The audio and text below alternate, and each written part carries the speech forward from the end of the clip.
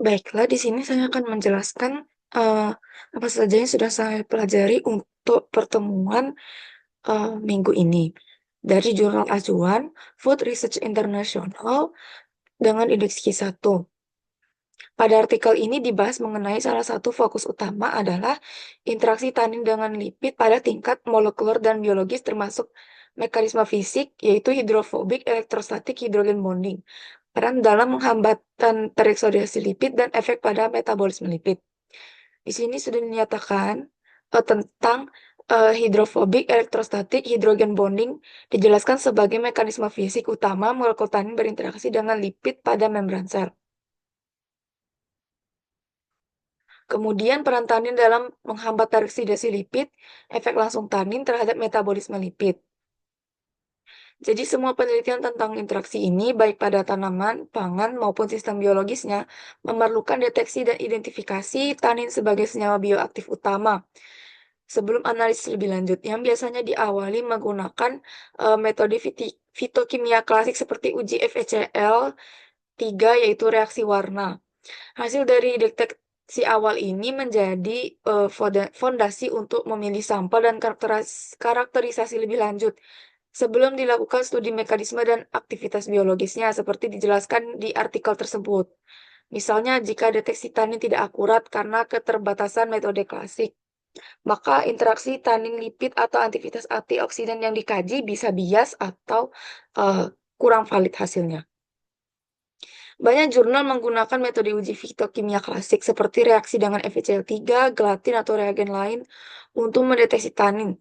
Salah satu contohnya pada jurnal berikut, dari Journal of Experimental Pharmacology yang udah berindeks Q2, yaitu screening fitokimia dan uji untuk tanin. Dijelaskan secara eksplisit di sini bahwa penggunaan reaksi klasik seperti dengan FeCl3 atau ferriklorida untuk mendeteksi keberadaan tanin pada ekstrak tanaman melalui pembentukan warna biru hitam.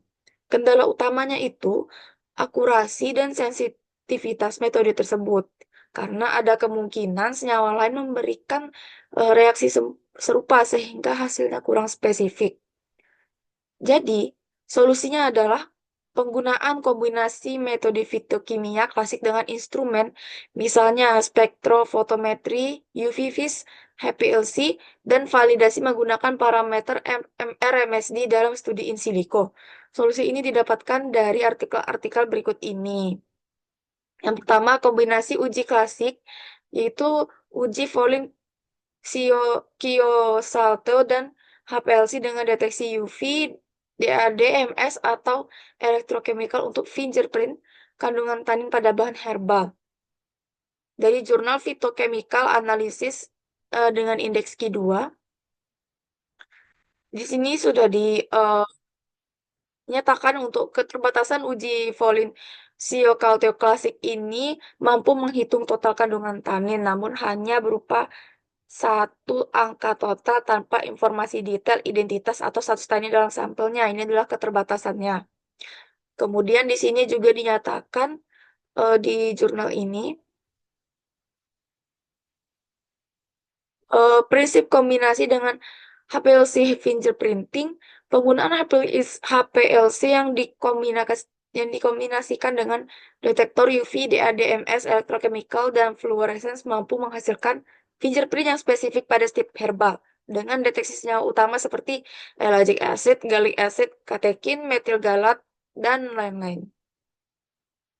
Juga di sini dinyatakan keunggulan dari HPLC fingerprinting ini adalah cara ini memungkinkan analisis profil kandungan senyawa per batch, memperoleh informasi berbeda antar tipe herbal dan dapat membedakan herbal serupa secara spesifik. Kemudian ketepatan dan repeatability fingerprinting instrumen sangat unggul dibandingkan uji klasik yang hanya total satu angka seperti uji Collin tadi. Yang jadi disimpulkan fingerprinting dengan HPLC dengan UV DADMS elektrochemical secara eksplisit dinyatakan sebagai teknik yang lebih akurat dan informatif untuk diidentifikasi dan karakterisasi kandungan tanin herbal daripada uji klasik semata seperti uji FLCL3 atau uji Collin tadi. Nah, yang kedua dari jurnal of separation science. Oh, itu untuk parameter RMSD, root mean square deviation, banyak digunakan untuk memvalidasi hasil docking in silico, terutama untuk membandingkan konformasi hasil prediksi versus posisi referensi ligand di protein target. Namun istilah RMSD ini terkadang hanya tertulis di bagian metode atau suplemen, sehingga pencarian kadang perlu eksplorasi lebih jauh atau lebih dalam. Ya sudah terindeks Q2. Di sini menunjukkan dinyatakan RMSD secara eksplisit digunakan sebagai parameter utama untuk validasi hasil docking dengan batas kurang dari 2 sebagai indikator konfirmasi yang baik terhadap posisi referensi ligand di protein target. Menyatakan secara eksplisit bahwa RMSD adalah salah satu penilaian keberhasilan docking dan sering tertulis hanya di bagian tambahan artikel dan atau metode penuh teks. Jadi kesimpulannya untuk pembahasan materi dari awal yaitu analisis tanin yang akurat membutuhkan kombinasi uji klasik misalnya FeCl3 atau Folin. Oh, ralat ya berarti tadi bukan Colin tapi itu Folin. Folin Kiyosateu dengan metode instrumental lanjut seperti HPLC, detektor UV, DADMS, elektrochemical untuk mendapatkan identifikasi spesifik dan fingerprinting profil tanin. Kemudian validasi hasil docking in silico secara luas menggunakan parameter RMSD.